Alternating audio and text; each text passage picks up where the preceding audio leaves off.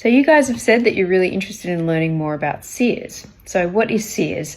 It stands for Chronic Inflammatory Response Syndrome. So essentially, the name kind of says it all. It's really a condition where a person will get stuck in a situation where they are chronically inflamed.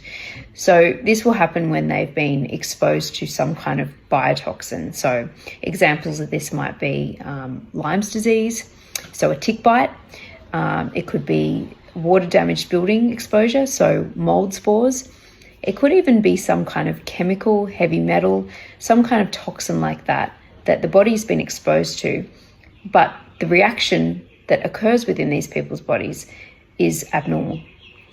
So symptoms of CIRS might be things like joint pain, sore eyes, headaches, weight gain. These people aren't able to lose weight, kidney problems, liver problems, anything that comes from the hypothalamus, so hormones, cortisol, ACTH might be out, DHEAs might be out, your sex hormones might be out, leptin goes a bit funky.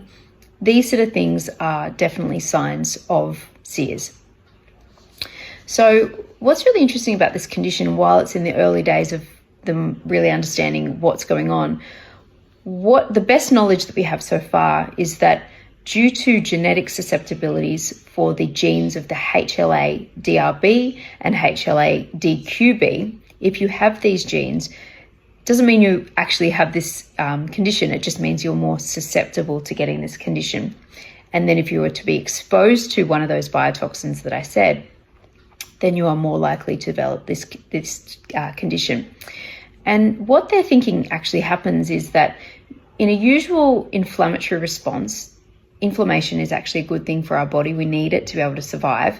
But in a usual situation, we would develop inflammation via our innate immune system. So this is a really fast-acting immune system, but it is really non-specific. And it does use white blood cells like our neutrophils, basophils, eosinophils, things like that, to create an inflammatory response in the person. But it is much less specific, and it is relying more on physical barriers, so our skin and an inflammatory response that you might notice is like swelling and pain, things like that. But then usually what will happen is that eventually, after sort of several hours of this immune response, the body will start to transition over to the adaptive immune response, which involves more of our T and B cells. And this is so great for us for survival, because it essentially creates a memory to whatever it is that we've been exposed to. Let's say it's some kind of pathogen. But what's interesting in these people is that they tend to be unable to properly transition from the innate immune response, which, as I said, is much more non-specific, to the adaptive immune response. And this seems to be to do with an inability for antigen-presenting cells, so like macrophages that present whatever it is that we've been exposed to our T and B cells. This crosstalk isn't working properly. So, as I said, if you have this genetic susceptibility with the HLA genes, plus you're then exposed to some kind of biotoxin, these people tend to get stuck in this weird innate immune response. And the problem with this is that it then doesn't resolve properly like it usually would in a usual case where you're exposed to something. The body just continues to believe that it's within this situation where it's chronically getting exposed, even if you have moved away from the toxin that you've been exposed to. Let's say you've been exposed to mold 10 years ago, but your body is still stuck within this cycle of an inflammatory response, despite the fact that you are now moved away from the mold exposure. What's really interesting about this immune response as well is that if you were to go to the doctor, and this is why it's often not very well recognized by doctors, despite people coming in and saying, I've got this chronic joint pain, I've got this chronic back pain, I've got chronic headaches, or my hormones are never right, or I can't lose weight, my leptin's weird. We can't really pinpoint it usually, because when you do regular blood tests for quote unquote inflammatory markers like CRP, gut health, liver health, things like that, certain antibodies, it doesn't actually show up as abnormal. Your white blood cells might not even be acting abnormally.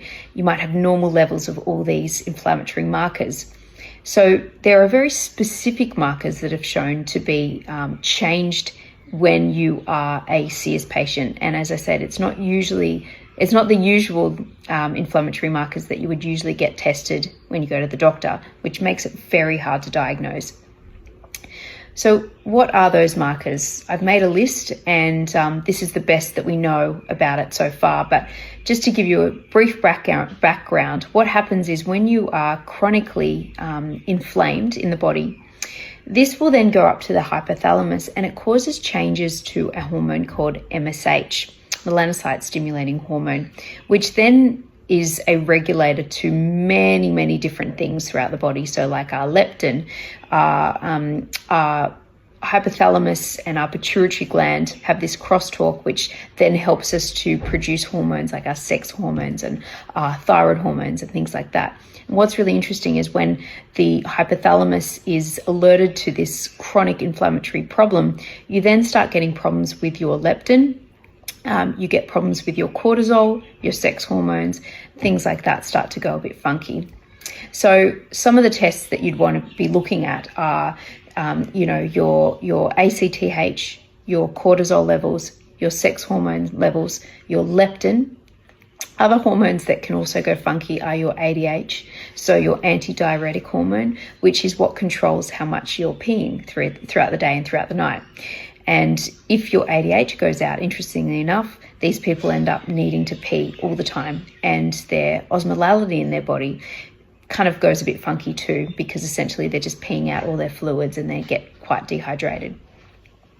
Other markers that you'd want to be looking at are something called VIP, vasointestinal peptide, and this is an interesting one because this actually plays a big role in actually the treatment protocol. These people end up having really low VIP. As I said, MSH drops as well. So you'd look at MSH blood testing as well, and you'd find that you have low MSH. High TGF beta. This is involved in like tissue regeneration. You'd also have high C4A and C3A, which are inflammatory proteins. You'd also have high ACTH and cortisol, low VEGF, and low ADH. And another one is you'd have high MMP9 and high leptin. So if you have any questions about this condition that you'd like me to go over further, please let me know. But these are certainly the blood markers that I would be testing for to see whether or not somebody has chronic inflammatory response syndrome.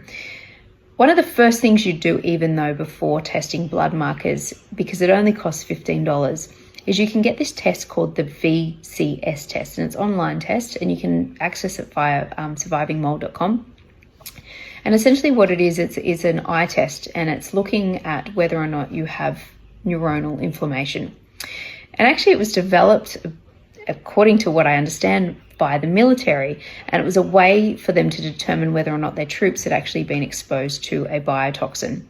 And so what it's essentially looking at is your eye's ability to pick up different contrasts, essentially. So you're looking at different lines on a visual test, basically looking at different lines, and it's looking at how well your eyes can actually detect that.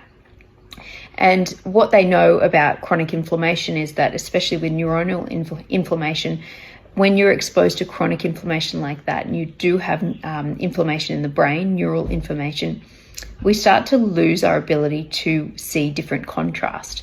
So if you were to do this test, it costs $15, and if you fail the test, this is a really good indicator that you need to then go do some further testing and do the blood markers that I suggested and see whether or not you've actually been exposed to a biotoxin. If you'd like any more information about this, please DM me.